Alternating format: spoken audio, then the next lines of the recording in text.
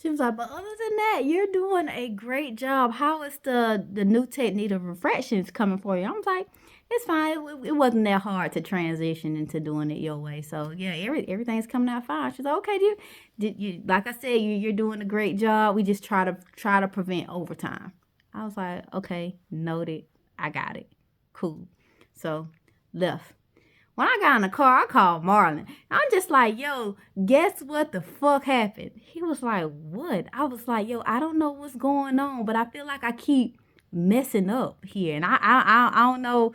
He was like, what do you mean you keep messing up? I'm like, she keep pulling me into her office to talk to me about things. I'm like, today I got there early. I got there at 7:45. I clocked in and I started like gathering the stuff to clean up because we start cleaning up at 8.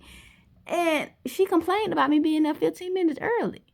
He's like, but did she say that you can come in? And, she had some more people that come in a little bit early, before 8 to make sure they're here on time. I'm like, yeah, she said that, but she meant for me to come and sit down, not to clock in. He was like, oh. I'm like, yeah. So I guess, I get it. I just come early, just wait around until 8 o'clock or like 7:59 to make sure I clock in at 8. Like I don't know. I'm like, this is different. Other than the time, it's like it's okay. I'm making 21 an hour, so it's like it's fine. It is okay. It's fine. So Marta's just like, well, you can always find something else. I'm like, yeah, I could, but I'm making 21. And I'm like, it's not bad. It's doable. It's just, okay, I just need to be on time, make sure that I have everything on point when it comes to the kids. Can't clock in early. Like, everything else is fine. It's not hard work. It's easy. She's like, oh, all right, cool. Later on that day, my sister Raven ended up calling me because her birthday was right around the corner. It was January the 25th. And she called me because she wanted to celebrate her birthday in Atlanta. She wanted to go grab dinner, stay the night in Atlanta, grab dinner, maybe go out after dinner, whatever she wanted to celebrate her birthday. And I was just like, yeah, I can see I can come. She was like, and no kids. I'm like, well, I got to figure out what we're going to do with the kids. She was like, well, you can do the same thing that you did last time. And we can get a room for the kids, and then we have a room for us. And they can be at the room while we eat. And I was like, well, I need to talk it over with Brittany to see if Tanker's going to be there. Because if my niece wasn't going to be there, I won't have nobody to watch the kids. So I'm like, I wasn't going to leave the kids at the hotel by themselves. Because, my niece is of age. She was 16 at the time. So, like, she would be able to watch mine. And I would only have Jackson and Kion. So I was just like, yeah, let me see. And she was like, and Marlon, he's coming. He's coming too, right? You bringing Marlon, right? And I'm like, yeah. I like how you just telling me that I'm bringing Marlon. She's like, yeah, Marlon, come bring Marlon. I'm just like, okay. Because at this point, I have not been telling my sisters nothing that's been going on with me and Marlon. And surprisingly enough, they thought Marlon was a pretty okay guy, even after the whole sleeping with the cousin reveal, at my cousin reception. After events. Even after that, they still was like, oh, he pretty cool, because I had brought him around a couple times, and anytime my sisters called me, of course, he's always around getting his little input. He was very charismatic. He was a very charismatic person, so he was very likable. So Ray was just like, Marlon coming. I'm like, I'm gonna ask him and see. So got the phone. Raven was telling Marlon about it. I was like, of course she was like, Marlon's gonna be there. Is he coming? He's like, you want me to come? I was like, if you want to come. He's like, yeah, I'm gonna come. I was like, okay. I was like, but we got to figure out, like the kids situation. I got to talk with Brittany to see if Tanker's going to be there. Because if Tanker's not going to be there, then we not going to be able to go. And then I called Brittany. Of course, Tanker was going to be there and be able to watch the kids. So we set all that up. Marvin's like, I'll just pay for everybody's hotel. I'm like, huh? He was like, yeah, I'll pay for the hotel, for our hotel and the hotel for the kids, like I did the last time. I was like, you ain't got to. He's like, but I want to. I'll do that. And I talked to Brittany about it, and Brittany was just like, nah, she got everything covered. I was like, okay, so we just gonna pay for ours. They got everything covered. It's like, all right, cool. So ended up going to Atlanta for Raven's birthday dinner. Nothing like bad happened. Like at the dinner, it was Raven, her boyfriend at the time, Brittany. We was finally meeting my sister Brittany's new boo or whatever. So that was our first time meeting him. And then my cousin Michael, his girlfriend, my brother Johannes, he was there. So it's like it was a family event. We all went to dinner. My cousin Darius and his girlfriend at the time, which is now his wife now. So it's just like, we were all like there. So I met my cousin Darius' girlfriend for the first time, and Brittany, my sister Brittany, her new boo, for the first time there. Marlon met them for the first time too.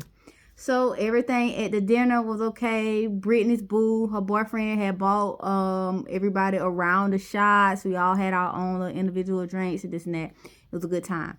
After the dinner, we went back to the hotel because we was going to pregame and try to hit up like a bar or something.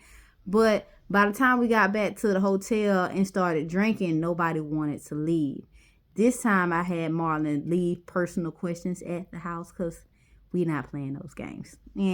No. We just ended up playing like regular drinking games. It was actually a pretty cool night, pretty chill night. Nothing happened. Brittany was a little bit upset because she wanted to go to a hookah lounge, but Raven was tired and it was her birthday and she would rather be at the hotel drinking than going out. So we were just like, well, to save money, because y'all know me and Marlon was struggling with money at this point. I know it don't seem like it. I know y'all probably forgot, but remember, Marlon was struggling with money. So I was trying to help with, the spending of money. So when the opportunity presented itself for us not to go out and spend money, of course, I'm just like, let's pregame here at the hotel. Let's just stay at the hotel and rock out. And that's what we did. Marlon did end up leaving and going with Raven's boyfriend to the liquor store to get some more to drink. But before he left, I asked, I was like, you be able to handle it? Are you good? He was like, yeah. I was like, because I got a little bit of money from DoorDash and I can send you for the bottle. He was like, no, I got it. Everything's fine. I'm good. I'm the man. I got it. And I was like, okay. And him and Raven boyfriend went to the store, came back with the drinks. Everything was fine. On the way back the next morning, on the way back to Savannah, Marlon was saying, looking at his account, like, I spent a little bit too much money last night. I was like, I asked you if you needed any help. He's like, no, everything is fine. I just need things to turn around at the port so that I can like start making my normal paycheck again. Like it's killing me on the making $500 a week. Like something's got to give, or I'm gonna have to like transfer trucking companies and go somewhere better because this is not working for me. He's like, I like the idea of being able to be home every day and not being on the road. But if I got to be on the road to make money, I may just have to do that because I can't. So I'm just like, oh, okay. All right. Well, it's whatever you want to do, but I'm making the money to be able to cover my rent and be able to cover my bills. So you won't have to worry about me. I got it. He was like, no, that's fine. You are not a burden to anything. I just need to start making better financial decisions. That's why I'm trying to get the ice for the cart. I'm like, the Italian ice is like, yeah, it's like the cart's just sitting in storage. It can be making us some money, but we got to get some ice for it. I was just like, okay, so where you get the ice from? He was like, well, I was talking to my mama about it, and she get it from this outsourcing company. Like, you just call them, tell them the flavors that you want, and they ship it to you. I was like, so how do they ship it to you? Like, he was like, it comes in like these big old gallons, but they have to deliver it by truck. So the ice itself is maybe like $500, depending on, how many I get. It's the transportation that's like $700, like, because it got to be transported by truck, and then they have to keep it cold. So the transport alone is $700.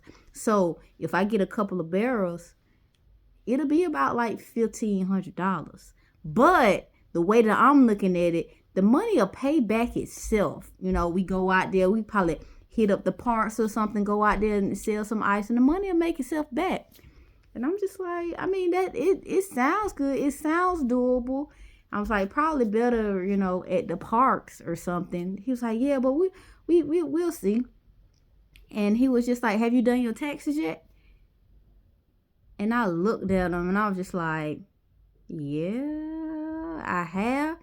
He was like, I ain't trying to be in your business, but how much you getting back? You getting a good bit back? Because I know last time you said last year you got like 20 back. And if you get 20 back, maybe we could like put that and buy a whole Bitcoin with it because it's going to double. It's like at 20 right now.